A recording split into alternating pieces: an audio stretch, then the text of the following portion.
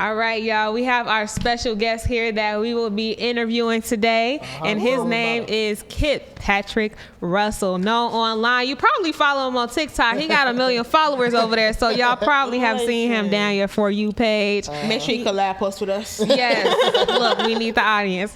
He's known online as Kit Russell, and he's a hip hop and artist and vocalist from Chicago's north suburbs, representing areas like Deerfield, Beverly, Bucktown, Little Italy. He's been all over, but he's right here at True Star with us today. Very grateful, and he blends melody hooks with his smooth voice. His sound is very unique. He has a recent song called Happy Place, and it's a reggae vibe. Y'all, I was listening to it before. I'm like, this is a vibe. Like, I love it. It was giving Bahamas, out of town, Sunday afternoon. I personally loved it.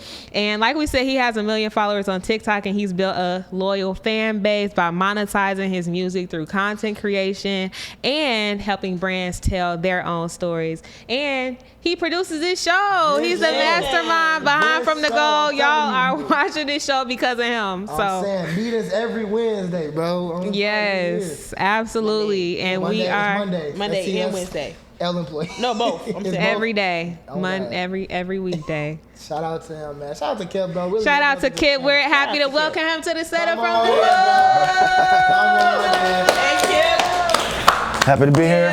You know, you're in the hot seat, like in front of the camera. Right. How you feeling today? Now I'm in the hot seat. All right. Yes, I'm feeling it already.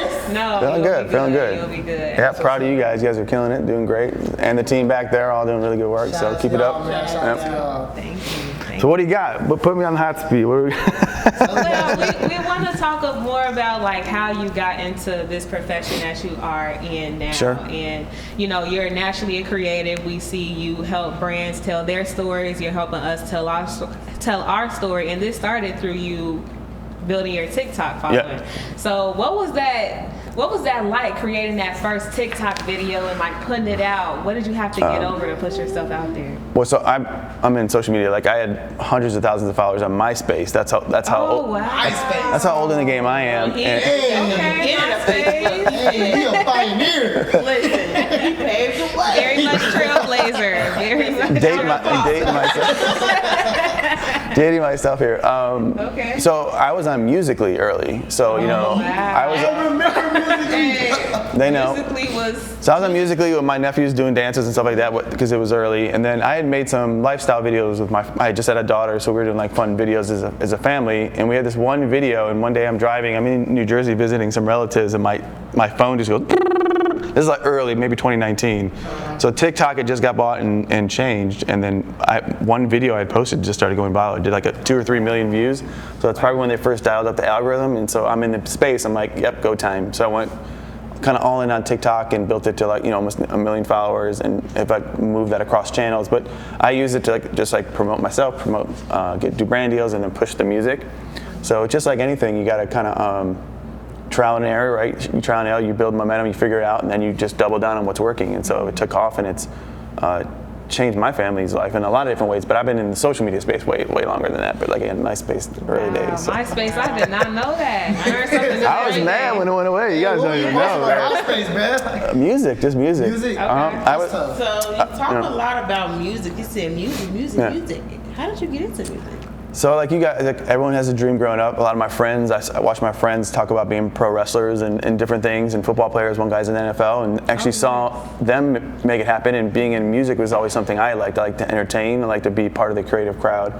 So I started tiptoeing into music, getting into studios. I turned my college kind of classes into like Hip Hop 101, Producing 101, and then I had songs go viral, like CD exchange. That's how old I am. So like I would go to, my school was in California, and then I would go to a school in Washington, and they'd be playing songs that I made back then. So I just got hooked on like that feeling, and then kind of like how I would explain like True Star is all about is like I taught myself everything, right? I got myself in the studios. I met, I networked with artists that are booking my own shows, and my favorite story is like I watched the Roots in college. at a live show, a huge stadium, The Roots, he knows.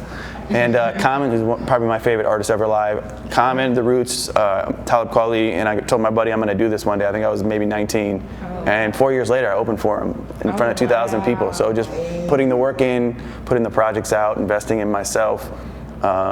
And have been just doing that ever since. So like even with social and what I'm doing with you guys, it's getting ahead of it, learning the curve, and trying to stay ahead of it, and building a life. So yeah, speaking of like what you do with us, bro, we first of all we appreciate you, gang. I'm not gonna lie, like helping us with this, it's not nothing, bro. Well, it's mutual. It's mutual. I appreciate you guys and True Star in general. So it's one organization. I was really one. Yeah. Anyway, but no, it's a great organization. Like I'm not gonna lie, I have love for it. They know I love it. Yeah. So tell me, what would you have done in your early days of social media if you was in a position like True Star? I wish I had it when I was you guys' age. I tell you guys that a lot. But so we didn't have like the vehicle to really get out. Now YouTube wasn't even around when I started. So like my first version of what you guys were doing was a website, and it had a clicker on it, so it would tell you how many views you got. And I was Craigslisting different people like to get on to network. And I was out in Los Angeles doing all that.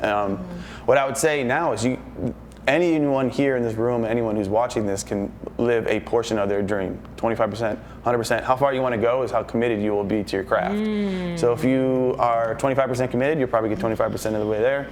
Guys like Mr. Beast, right, or Kai Cenat, they're doing it every day. They're obsessed with it. That obsession is the thing that all my friends that have hit that maximum level, top of the WWE, biggest artist in the world, they were obsessed, and they didn't have really a backup plan, which is a tough place to be. So what you can do now is start when you're young. You can start a live streaming show. You could, you don't even need to produce music. You can play guitar or rap on a beat and put it out on TikTok. You don't need to polish things like we had to do. We had to be in the studio, shop a demo, get in front of a label. So it was a different game until the internet came out. So it's really about being obsessed with your craft. You want to write, you write every day, you figure out how to make skits on YouTube. All these guys here, they're producers and editors. You can start your own business, hustle, network, all that stuff. There's really nothing stopping you except for it takes time. There's no fast track in anything. So I did everything, taught myself. College was okay. Like you guys, I left early too, and I taught myself everything. So I think you guys, you make what you make it, So you left early? Yeah, I did. Yeah, no, because you had said that we left early. I know Sully's a graduate. So I appreciate that. She don't be playing. I worked hard for that degree. I would say college is super important if you make it super important, but you can also be very successful inside and outside of it. And the tools are there for you. YouTube and the internet's a conglomerate, but you got to work hard. And at the end of the day, there's no sacrifice, no way around any of that. Yeah, growing up with the internet, I tend to think that I kind of take it for granted. You know what I'm saying? Take like YouTube and all that stuff, and how fast and how easy I can just put out content, how easy I can just grow, right? So it's really just about doing it and being obsessed with it, like you said. So yeah, to all those content creators out there, bro, just put it out, bro. Like back in the day, back in Kim's day, they couldn't just put it out all really new. You know what I'm saying? God damn it. Back in before YouTube. Well, he didn't know who Usher was. I was struggling, but I know who Usher is. Honestly, I know who he is. I just Confession is like the biggest error. That's a problem. Like what? I just didn't listen to Usher? it. You know what I'm saying? Like I ain't listened to Chief Keef in his heyday. You know what I'm saying? I was put up. Yeah. Well, in 2013, that era. Yeah, I wasn't listening to Chief Keef. I was living with my grandma. It's junior high for Oh you. yeah, she guarded them ears. W grandma. I was living with my grandma. so What do you got? So I want to know more about that though, like the part where, because this is a conversation that we've had. We all have our own dreams. I'm growing my following. I want to be the mega person that people look to for Gen Z perspectives and being that motivational voice for them. So something that I was struggling with is my consistency, like showing up every single day. And something that you told me was that you have to post every single day and really lock in with that. And so what would you say to that person who may have similar dreams out there to me that is struggling, because we live in this instantaneous generation where we're used to things happening overnight. We see people blow up and become that overnight success, and it's like, dang, why can't that happen to me? So what would you say to that person? I'd probably say the overnight success wasn't an overnight success. Like if you look at Kai Cenat, I didn't know who he was, but then you look at his story, he was grinding for years, right? Yes. So I think you don't have to post every day. I would say that's a good practice to get into because it makes you force the creation. So when I was blowing up the biggest, I was posting twice a day, right? So, and I've slowed down, there's times when I take a step back and that's okay. And you can post once a week if it's really good, right? But at the end of the day is you have to be obsessed about improvement and like how do you figure it out? But a lot of people at your age and even older people have imposter syndrome. You probably heard that word where you're like, I don't know what value I'm providing to people. So you get scared or like someone comments something and you're like, you get, it derails you. So you kind of almost have to just be delusional and just treat it like a job, right? Like, so the more you can do that with your end goal in mind, the less people can stop you. And I think your ages, it's about experimenting. You might want to be something, and like when I hit my 30s, I actually wanted to be something else, right? So it's okay to pivot when you figure that the initial step you're going on, you like this part of your life better and you want to invest in that part of it. So I think it's about building the muscle, and the muscle is what makes you great and stand out, if that makes sense. Is that helpful? I'm gonna make sure that. Yeah, I mean, you heard it here first. Look, I was like watching this back. You heard it here first. Kip said, "Be Delulu." Being Delulu is the Salulu. You gotta be Delulu about your dreams. Everyone thought I was crazy that I wanted to do music until I was on the stage with everyone I wanted. Like they respected. So I think everyone goes through that phase where people are like, "Look at this idiot." You know what I mean? Yeah, right. And then all of a sudden you're the guy or the girl or the people that people are like, "Look at they did it." You know what I mean? So. I got a buddy now who's retired because I keep bringing up wrestlers because I know a lot of them, and pretty much retired because he did it early. So I think you just gotta put yourself out there. Block the noise out, and the hardest part is the self-doubt. You're gonna have a lot of self-doubt. Even the biggest had self-doubt, right? So just don't let that discourage you from what you really want. Like I said, you can live any part of your dream at this point, 25%, 100%. All right, give me a week, y'all. I'm launching it. the people that know, I'm launching Travel it. YouTube, I'm waiting for it, but I can launch that man. The extra mile, but we gotta see it. I'm gonna try. I'm gonna launch that. Travel points. But it's in the band, so she got like 50,000 travel points. How many travel points you got, Kennedy? I just used them, so I don't really have that much. Starting from scratch. They'll be back up. They will be because. I'm looking for a flight right now. Yeah, I want to be out of town by Sunday. We're shooting this on Friday. Prayers in the chat. You want to be out of town by Sunday? That's real. Praying hands in the chat. Praying hands. He said he's gonna buy my flight, so I ain't even worry about it. Damn. He said I got millions of followers. I can do this. I didn't say that. He said, oh, she must be talking about the other kid. Right. Not talking about me. Anybody got another kid around? He got the number for everybody, But no, so he talked about being on stage with Common again. He keep bringing up this music. Might as well Kip drop 16. Drop 16. Look, he's like, no. It don't have to be a freestyle. It's crazy. Drop 8. I've had like a lot of songs from rap to hip hop to singing, but versatile, love that. Well, I'll do one with like old rap rock one that was kind of like I have a real big song by Chicago called Pulaski Day. I do that, but I can't remember the lyrics anymore. It's called Pulaski. That sounds fun. Pulaski Day. That was like my biggest song. That was like having a hit record without going to hit record. I could like sell out a show in a heartbeat locally playing that. All right. Okay. Don't embarrass myself here. Here we go. Got it. On the spot. All right, so this was so I'm giving it all I got. Nothing but a dream killers box me in. Sticking to my guns and I run to the none. Then homie, you can box me in with a win, this grit and a cup of gin. Knowing I did it like Frank and Dean. Even if I do my Franks and Beans, I can't remember the rest of it. That's okay. That fast rap. I like that. Yeah. I love that. Very lyrical. I'm looking at the crew. They're embarrassed. They're probably laughing at me. Probably because I was sitting there like, I wrote so many songs, and I don't do live shows as much anymore, so I don't remember the lyrics. You know what's funny? Yeah. A lot of people say they don't know their music, like they don't remember. If you're not doing shows, you don't. If you're not performing them old songs, they be like, I don't. No, I'm saying like you're not performing that old song, like they be like, I forgot. I'm like, this is my favorite song. What do you mean? Like, what are we talking about? That was 20 years ago. I don't care. Remember? My last show was House of Blues 2019. So like we headlined House of Blues, but I haven't done a show because COVID hit, and then I moved to Tampa, so we just haven't done like a lot of shows. But so that's why you're seeing Russ right here. You're seeing Russ. So you're gonna get back out here this summer. Don't clip that part. Summertime Shy. Kip is coming out this summer. Everybody catch his show this summer. It'll be in July. Ooh. He gonna be at the From the Go This Fest. summer he'll be Come back here. From the Go Fest. Listen, you gotta say that you missed auditions. Dang. But that's what I was saying. Private Life auditions. you change, right? So like for me, shows is a lot of work. So you have to rehearse. You gotta I don't want to do it unless it's gonna be great. So He said not July. So I took a step last. Oh, if you give me time, I'll practice. Word. All right, so Maybe August. Right. That's what I'm like, I was gonna say September, but Next August year. sounds about right. August next year. Dang, 18 months. not get on the stage for y'all. It's over with. That's, I'm putting it on. The show will be. You said August. y'all so August adamant. 2026. Hey, y'all so adamant. But look, Kip, Yeah. back to the social media aspect. Sure.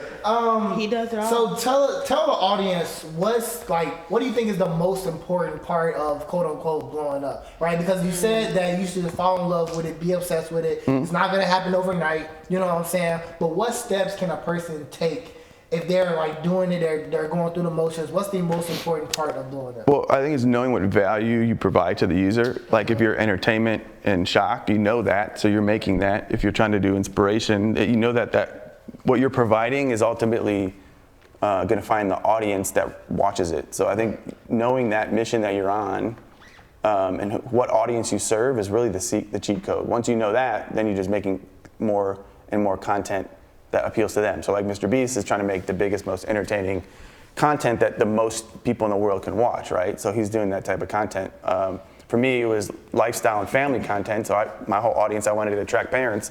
My big series were about dad heroes and mom heroes and celebrating that type of stuff. And so it supports my music. So that's what actually lifted the boat. So as I experimented in making content for that audience, these things worked. I just made more of them. So the more you provide value to the audience and they get something out of it, the more they'll want to watch, the more they'll share and tell their friends. So that's really the cheat code. Like, that's why I say, like, when you get clear on when you're clear on it, then you can experiment around like the value. If you make music, it's like you're trying to make, who's your audience that you're trying to reach, and how do I reach the most of them and make content that they enjoy seeing. And then it's just trying 100 things, and then something works a little bit better than the next. Right. And that's what was it for me. This thing did 1 million, this thing did 10,000, let me make more of the thing that did 1 million. Right. But if it does 300, when I make content about me that serves no value, it typically doesn't do well. Right. When I make content that's valuable to the person and I'm taking myself out of it, usually it does really, really well. So it's like finding that balance, I think is the biggest cheat code. So like from your biggest influencers to your mid-size, if they're providing value to their target, you can make a lot of money and have 1,000 views a show. But if it's like a very valuable audience, those 1,000 views are very valuable, and people build huge businesses off that. So as we think about like TrueStar's audience, how do we provide more value to them? The more they'll share and watch the show. So that's what we're doing over time. That's what that's what we're looking for, man. We're looking for the audience. Like me, I know my audience. Like personally, I want people that like movies. You know what I'm saying? Movies, filmmakers, film watchers, that type of thing. Sully, Kennedy, what audience do y'all want to attract? That's what I was just about to ask you about. Like, what's that fine line between building your audience and building your credibility, but then developing like your offer, that call to action that we were talking about? Because for me, I launched my community called the Leading with Love Collective, and it's for young professionals in our 20s who want to grow personally, professionally, and spiritually. And I started a new professional page, and I have almost 300 followers on that page, but I'm already rolling out the offer. We had our first call last night. We have people who want to pay for the private service, but I'm like, okay, I don't have that many followers, so how do I like, you know what I'm saying? Like, what's that fine line? So this is where you got to either, if you're trying to make a quick buck to something, but if you're trying to figure it out long term, you might test the offer for free. Like a lot of the books that I was telling you to read, they trial the offer. Hey, let me give 5 of you for free for this thing that I think provide value. You get feedback. Is this community helpful? Is this book I made for you helpful? Then they say yes. You can ask questions like, what would you pay for it? Okay, $99. That way you can experiment for free. So like when I got into social media, my first clients were free, and then they were friends and family, and then they were the bar around the corner, and then I grew the business. Like, so I think you have to. That's where a lot of people, they try to like ask for money right away, and it doesn't work, and then they get discouraged. Well, test it for free for a few times. I'm sure if you talk to Deanna, like a lot of the way they do things is they trial and error it right first.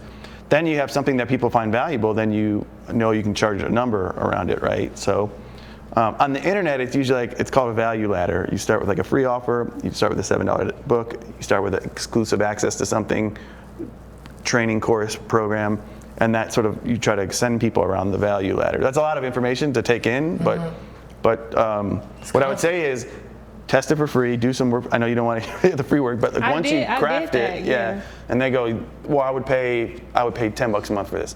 Then you know where you're at, and then you can ask. Sometimes you can take those free people and ask them to pay you moving forward. There's a lot of variations of this. A lot of people will teach you this strategy online, but ultimately the value has to seem higher than the dollar you charge, or people won't do it. And they want to feel like if they do this, it's going to transform their life somehow. It's going to make them wealthier. It's going to make them happier.